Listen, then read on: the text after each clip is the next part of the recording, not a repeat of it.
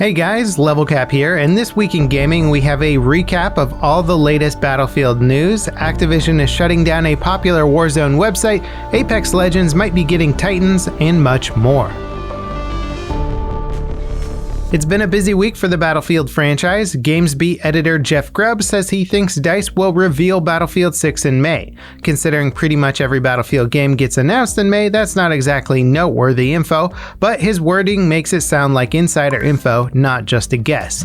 EA said Battlefield 6 is ahead of schedule and has 3 studios dedicated to finishing it, so it sounds like everything is going according to plan.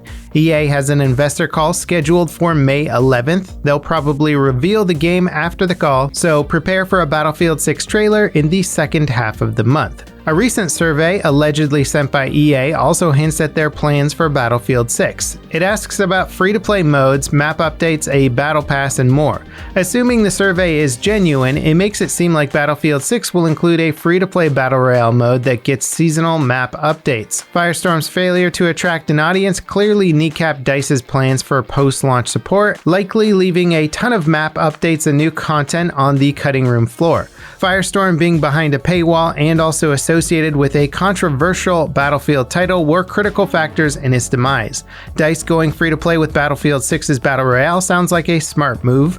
Leakers have suggested the mode will be free-to-play as well. That being said, we might not have to wait for Battlefield 6 to get a new Battlefield Battle Royale experience. Modders are currently building a Battle Royale mode for Battlefield 3 using the Venice Unleashed mod tools. They released a brief teaser this week and it looks very promising. We'll be sure to keep you in the loop as the mod is updated. Before we get to our next story, here's a word from today's sponsor. Today's video is sponsored by Geology, personalized skincare for men. I think it's safe to say we're all gamers here and that the gaming lifestyle isn't always one that makes it easy to maintain healthy looking skin. Lack of vitamin D, sweaty gaming conditions, I'm right there with you. Plus, I've always been somewhat clueless when it comes to taking care of my skin. What creams do you use? In what order do I apply them? How much time is it going to take me? Luckily, Geology is a product designed exactly for people like me. Just go to their website and take their free skincare quiz and they will build you a skincare kit with instructions for your specific needs. Plus, if you click the link in the description and do the quiz, you'll save 40% when you purchase your first trial set. The box that arrived in the mail came with instructions that were straightforward and it's been super easy to integrate to my daily routine. I noticed results right away with having less acne, my skin felt smoother, and it just looked healthier every time I looked in the mirror. And I really like that this product is custom tailored to my needs without me having to know anything about skincare. Now I can spend less time researching and more time gaming, which is exactly what I want to do. So don't wait around for your skin to magically get better on its own. Click the link in the description and head on over to their website to set up your first trial set.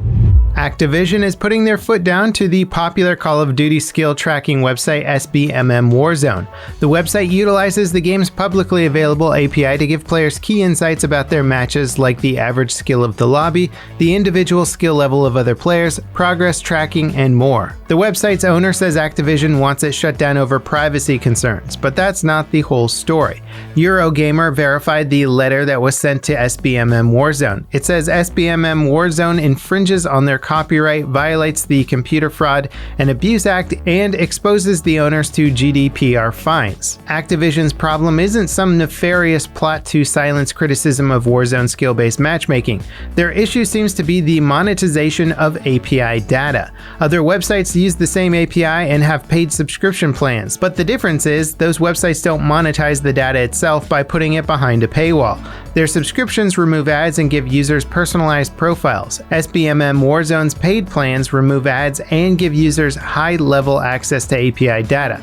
This is strictly against Activision's terms of service and is a direct violation of their copyright. It sounds like Activision is letting SBMM Warzone off with barely a slap on the wrist. In other Call of Duty news, this year's title was recently leaked. Eurogamer confirmed some key details about the leak. COD 2021 will be a World War II game developed by Sledgehammer Games. However, contrary to the leak, Eurogamer says the game will be set in a traditional World War II setting. The leaker claimed the game takes place in an alternate history 1950s timeline where World War II didn't end. An Apex Legends data miner says they found proof Titans are coming to the game. They uploaded a clip of a hero named Blisk calling in an auto Titan that provides suppressing fire automatically. The clip appears genuine, but that's not a guarantee Respawn are implementing Blisk or Titans. They have put misleading info and assets into the game to fool would-be leakers and data miners before.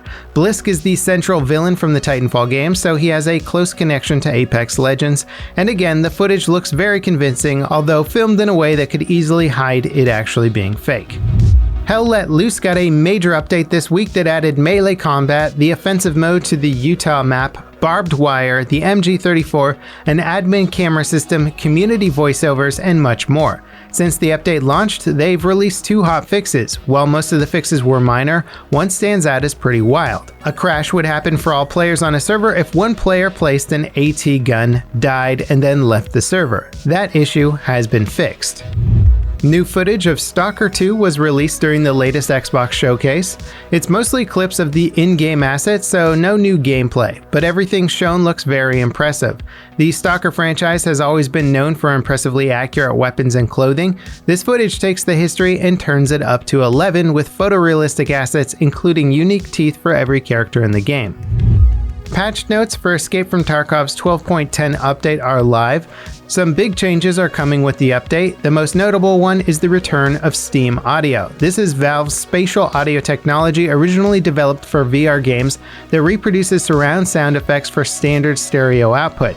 It's a very advanced audio system and is a key feature in a game like Tarkov, where listening for footsteps and other audio cues is critical. Steam Audio was removed from Tarkov a while ago due to bugs. The update will go live early next week.